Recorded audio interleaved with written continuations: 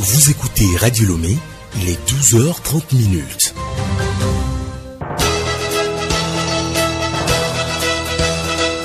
Le journal Hélène Assabi. Auditeurs de Radio Lomé, bonjour et merci de nous rejoindre pour le journal. Au sommaire, le gouvernement veut rattacher l'école normale supérieure d'Atakpamé à l'université de Lomé et transformer les ENI en école normale de formation des professeurs d'école. Un avant-projet de loi a été examiné en ce sens hier en Conseil des ministres. Le peuple togolais commémore aujourd'hui le 35e anniversaire de l'attentat du 23 septembre. L'événement a été marqué par des cérémonies de dépôt de gerbes sur l'ensemble du territoire en hommage aux militaires et civils tués lors de cette attaque. Les échos dans ce journal.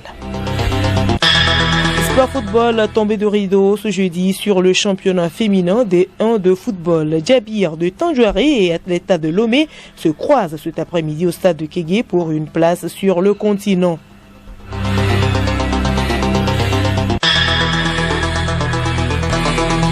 radiolomé.tg. Mesdames et messieurs, une fois encore, bonjour. Le débat général de la 76e session de l'Assemblée générale des Nations unies se poursuit à New York. Le président togolais Faure Gnassingbé n'a pas fait le déplacement cette année, mais il a adressé un message vidéo qui a été diffusé hier dans la soirée. Faure Gnassingbé a adressé un tableau sombre des dégâts de la pandémie de Covid-19 sur nos sociétés et lancé un appel à la communauté internationale à agir rapidement afin de permettre aux États les plus faibles de surmonter les effets de la pandémie. Voici un extrait de l'allocution du chef de l'État Faure Gnassingbé à cette auguste assemblée. Monsieur le Président, Mesdames et Messieurs, le thème autour duquel nous nous réunissons cette année constitue en fait un appel à l'action et nous invite de façon pressante à agir immédiatement dans le domaine de la santé pour mettre fin à la pandémie du coronavirus qui n'a que trop duré. Il nous appelle à nous attaquer aux nombreuses dimensions sociales et économiques de la crise sanitaire. Monsieur le Président, comme celle qui la précède, l'année 2021 est, elle aussi, profondément marquée par les effets dévastateurs de la pandémie de la Covid-19. Il y a quelques mois, alors que l'espoir d'une éradication progressive de la pandémie naissait, grâce notamment aux prouesses scientifiques qui ont permis de doter le monde de vaccins, les multiples rebonds inquiètent et le variant Delta finit par nous contraindre à relever une fois de plus notre niveau de vigilance. En effet, la pandémie a induit un important rebond de la misère et contribué à creuser davantage les inégalités sociales et l'écart entre les pays développés et ceux en voie de développement. Pour surmonter les chocs de la pandémie de la Covid-19, il est urgent que nous nous penchions sérieusement sur la question de la dette des pays en développement, tout en saluant la décision du G20 d'approuver depuis l'an dernier l'initiative de suspension du service de la dette, DSSI. Je voudrais exhorter la communauté internationale à répondre favorablement aux conclusions du sommet de Paris sur le financement des économies africaines pour permettre à nos pays de surmonter les effets de la pandémie et d'assurer une reprise économique durable post-Covid-19. Et justement, en parlant de la pandémie, la Coordination nationale de la gestion de riposte contre la Covid-19 a tenu sa 59e conférence de presse hier. Le bilan des contaminations de la semaine s'établit à 844 cas, 8 décès, tous des non-vaccinés et des comorbides. Les préfectures sont toujours infectées et le taux de guérison remonte. Et bien qu'on note une légère baisse des cas de contamination, le médecin colonel Djibril Mohamed exhorte la population à aller se faire vacciner pour une reprise normale de la vie socio-économique. Toutefois, le colonel Djibril met en garde d'éventuels fraudeurs des cartes de vaccination. Nous veillerons dans ce système de vaccination sur les fraudeurs. Il y a une idée qui circule sur les fraudeurs. Nous verrons là-dessus. Ces fraudeurs n'ont qu'à faire attention. Je finirai en rappelant à tout le monde que nous devons continuer ce combat en respectant toujours les mesures barrières restrictives, c'est-à-dire les mesures prises par le gouvernement. Avec le renforcement de ces mesures-là ces dernières semaines, nous devons continuer par respecter ces mesures et nous devons aller nous faire vacciner. Et c'est en cela qu'ensemble, nous arriverons à la fin de cette pandémie. Et voici donc la situation de la pandémie au Togo. Les chiffres recueillis hier, 111 des 1593 personnes testées hier sont positives. Elles portent le nombre total de cas positifs à 24 902. 287 guéris ont été enregistrés, portant le nombre total de patients guéris de Covid-19 à 21 199. Le nombre de décès reste inchangé, 216. Le nombre de cas actifs est de 3487. À ce jour, 503 256 tests de laboratoire ont été effectués sur toute l'étendue du territoire national. Et je vous l'annonçais en titre, le Conseil des ministres s'est réuni hier sous la présidence du chef de l'État, Faure Essouzna Gnassingbé. Les travaux ont permis d'examiner 2 avant-projets de loi et 5 communications. À l'issue des travaux, le ministre de la Communication et des Médias était face à la presse. Le professeur Akoda Yewadan est revenu sur l'avant-projet de loi relatif au contrat de partenariat public-privé et celui portant innovation de l'ENES et des ENI. Abiril. Pour le professeur Akoda Yewadan, porte-parole du gouvernement, en adoptant la loi relative au contrat de partenariat public-privé, le gouvernement entend améliorer le climat des affaires. Les contrats de partenariat public-privé existaient déjà dans notre ordre juridique. Si vous prenez la loi de 2009 et ensuite la loi pour la modernisation de l'économie, surtout cette loi-là en 2014, vous avez des dispositions relatives au partenariat public-privé. Nous avions déjà un corpus normatif relatif au PPP. Mais l'État a pris désormais le parti d'autonomiser, on va dire, ses corps de règles pour pouvoir gagner en efficacité. La semaine dernière, il a été adopté un avant-projet de loi relatif au marché public. Et là, il s'est agi d'extraire les partenariats publics-privés, en faire un corps législatif particulier pour pouvoir y ajouter toutes les formes de partenariats publics qui sont les plus pertinentes pour notre pays et en phase avec la feuille de route. Alors, est-ce que c'était une exigence des bailleurs de fonds? Il intéressait les bailleurs de fonds d'avoir des mécanismes qui permettent de gagner en efficacité en termes d'investissement et en termes de réalisation des infrastructures. Mais sachez que c'est un parti qui a été pris par le gouvernement, à la base, d'avoir un corps de règles autonome, spécifique au PPP. D'ailleurs, en faisant cela, nous sommes en avance sur l'UEMOA. L'UEMOA est en train de proposer une directive dans ce sens-là, et notre pays est en avance en adoptant ce projet ou cet avant-projet aujourd'hui. Selon le ministre de la Communication, professeur Akoda Yewadan, les réformes apportées au sein de l'ENS et des ENI viennent renforcer ces écoles en matière de formation pédagogique. Si nous prenons l'ENS, École normale supérieure d'Atakwame, l'ENS a pour vocation de former les enseignants du primaire et du secondaire premier cycle. L'ENS, c'est depuis 1968 que l'ENS forme des enseignants. Aujourd'hui, notre pays, il a évolué, que ce soit démographiquement, que ce soit au plan de l'urbanisation. On a eu la décentralisation qui est désormais une réalité et tous ces éléments en considération aussi de l'exigence de la qualité dans la formation, tous ces éléments-là réunis imposaient une réforme de l'ENS. Alors cette réforme part aussi d'un constat. L'ENS aujourd'hui rencontre quelques difficultés. L'ENS n'a pas de statut propre. Les enseignants qui enseignent à l'ENS viennent des universités publiques, ce qui demande beaucoup de moyens. Et la réorganisation de l'éducation nationale imposait de réformer aussi l'ENS. C'est d'abord la condition d'entrée à l'ENS qui va changer. Pendant tout ce temps, on rentrait à l'ENS par concours. Et lorsque vous rentrez à l'ENS par concours, vous étiez à moitié fonctionnaire. Aujourd'hui, puisque l'ENS va être rattaché à l'université, alors tout le monde, à minima, il faudrait avoir le bac, pourrait rentrer à l'ENS. Et rentrer à l'ENS pour être formé et avoir l'aptitude à l'enseignement. On ne devient pas automatiquement enseignant lorsqu'on rentre à l'ENS. Nouveau format. Et une fois que ces personnes seront formées, ils auront soit des licences professionnelles ou en tout cas des compétences qui les rendront éligibles au concours de recrutement des enseignants. La réforme permettra d'avoir des personnes bien formées, disponibles sur le marché pour pouvoir enseigner dans les établissements publics que dans les établissements privés. C'est la même chose quasiment que nous allons avoir au niveau des ENI.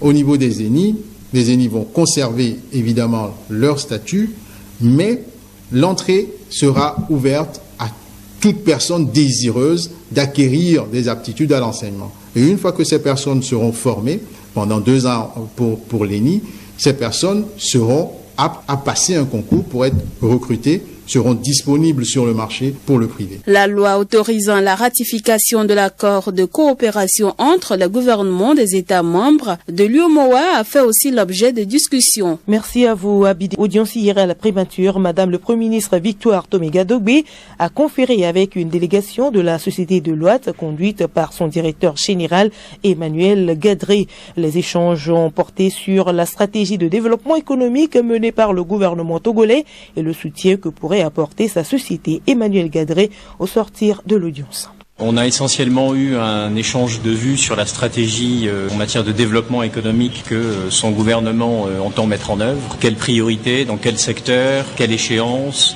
quels investissements nationaux, internationaux. On a également envisagé les modalités selon lesquelles nous pouvons, nous, accompagner l'ensemble des projets qui sont mis en œuvre sous son impulsion avec l'énergie qu'on lui connaît. Madame le Premier ministre a été très insistante sur son désir d'accélérer la mise en œuvre d'un certain nombre de projets, d'accélérer l'exécution, leur donner une vie concrète très rapidement. En tout cas, nous sommes capables, en cas de besoin, de mobiliser les expertises nécessaires justement pour permettre cette accélération. Écoutez Radio Lomé et vous avez tout le Togo dans votre maison. Les Togolais commémorent aujourd'hui le 35e anniversaire de l'attentat du 23 septembre. Ce jour-là, un commando puissamment armé a pris d'assaut certains points stratégiques de Lomé, causant la mort de nombreux civils.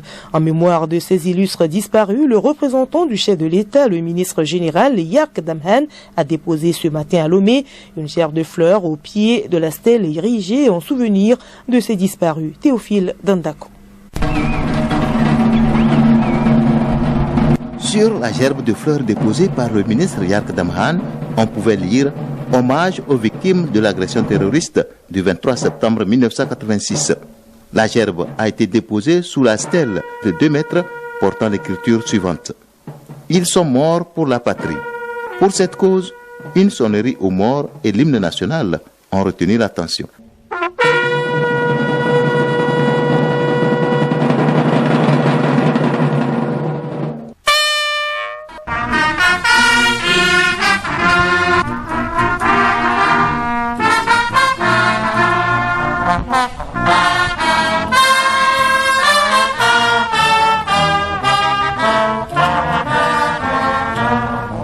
Lors de cette cérémonie de commémoration, le ministre Yark Damhan avait à ses côtés des membres du gouvernement, parmi lesquels Payadoa Boukwesi, ministre d'État, ministre en charge de l'administration territoriale.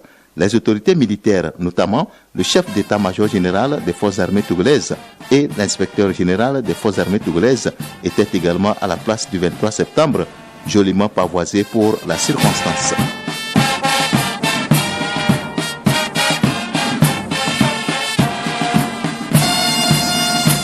Dans la préfecture de Logo, chef-lieu de la région des Plateaux, le préfet Akabo Edo a déposé la gerbe de fleurs au monument aux morts face au lycée d'Atakpamé. À Topatakpamé, Jean Bizou, on nous rend compte. Ce geste a été suivi de la sonnerie aux morts et 1 minute de silence. Le colonel Takunyade Alaonyem, commandant le 3e RI de Temeya, ainsi que le lieutenant-colonel Pakaye Pitassa, chef du groupement de la gendarmerie des Plateaux, et quelques officiers paramilitaires y étaient. Ils ont, par ce geste, honoré la mémoire des disparus du 23 septembre 1986 et salué la bravoure des vaillants militaires qui ont mis les terroristes hors d'état de nuire. Le préfet, à son arrivée comme à son départ, a reçu les honneurs d'un détachement placé sous les ordres de l'adjudant Wissé Perezi de la gendarmerie. Jean Mizou, agence togolaise de presse à Tapamé pour Radio Lomé. Le 35e anniversaire de l'attentat terroriste du 23 septembre 1986 a été marqué à Sokodé par un dépôt de gerbes au monument aux morts par le préfet de Tchaoudjo, colonel Mompion Mateyendou. C'était en présence de plusieurs responsables de la région Atop Sokodé, Faram Akaka. Arrivé à 7 heures sur les lieux, le préfet a reçu les honneurs d'un détachement de la gendarmerie sous les ordres du capitaine Akila Ditorgama. Ensuite, il a déposé une gerbe de fleurs et observé une minute de silence en mémoire des disparus. Cette action a été suivie de la sonnerie aux morts. Cette célébration est un souvenir des Togolais pour tous ceux qui ont versé leur sang pour la libération du Togo. Elle s'est déroulée en présence des autorités administratives, politiques, militaires, judiciaires et traditionnelles. Faram Akaka, agence togolaise de presse Sokodé, pour Radio Lomé.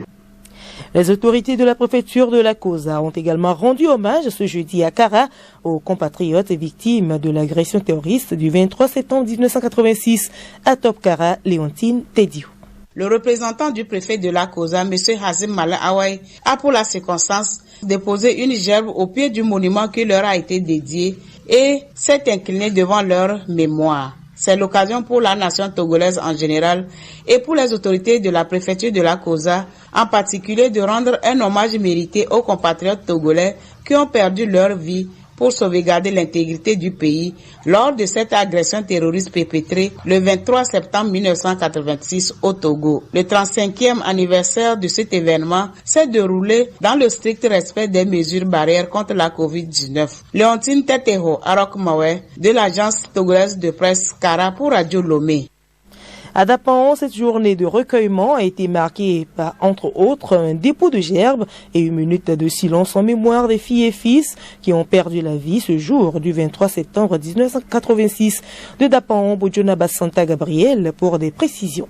Le préfet de Tone, Timbiandia Yendou Kwadouti, a dans le recueillement déposé une gerbe de fleurs au pied du monument aux morts pour honorer la mémoire des victimes de l'agression terroriste du 23 septembre 1986. Ce 35e anniversaire de l'agression terroriste du 23 septembre 1986 a été marqué à Dapaon par le dépôt de gerbes, la sonnerie aux morts, l'observation d'une minute de silence à mémoire de ces dignes fils et filles tombés pour leur patrie. Arrivé sur les lieux à 7h30 temps universel, le préfet Timbiandia Yendou Kwadouti a eu droit aux honneurs militaires placés sous le commandement de l'adjudant Binaou Agbeni avant de se prêter à l'exercice. Cette cérémonie s'est déroulée dans le strict respect des mesures barrières qui s'imposent face à la pandémie du coronavirus. Pour Dionaba Santa Gabriel, agent togolais de presse d'Apaon pour Radio Lomé.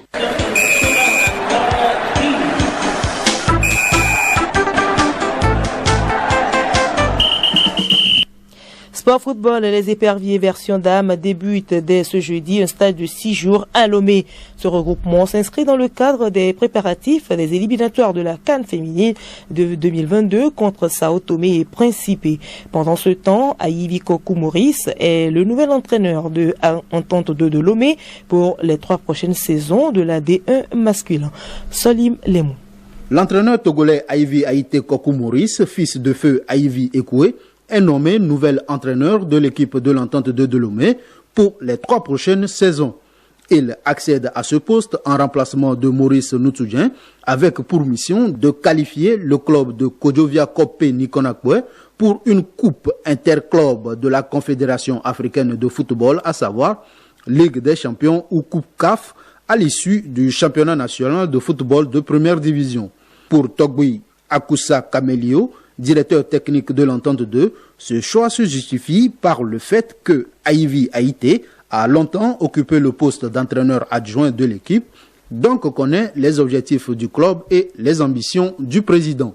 Pour rappel, d'après le chronogramme de la FTF, le championnat national D1 s'ouvre le 31 octobre prochain pour toutes les équipes engagées.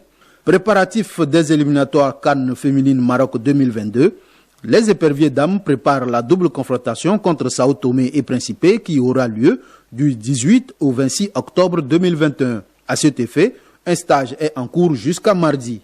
6 jours qui permettront aux 40 joueuses présélectionnées issues de 11 clubs du championnat féminin D1 d'évoluer sous les ordres de Tometi Kai. Pour ce regroupement, le champion sortant ami du monde de Lomé se taille la part du lion avec 11 joueuses convoquées sur les 40. Et puis, sous le coup de 15h30 au stade de Kégué, Djabir FC de Tandjouaré et Atleta de Lomé s'affrontent en finale du championnat féminin D1.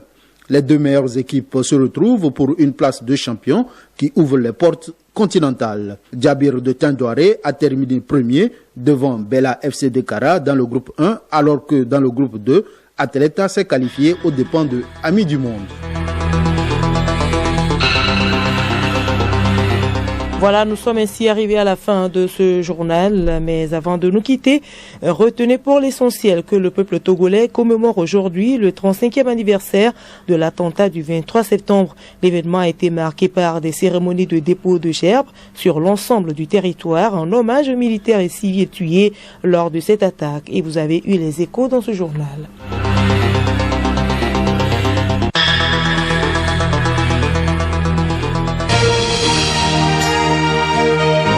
Radio Lomé, boîte postale 434, email radiolomé@radiolomé.tg. radiolomé.tg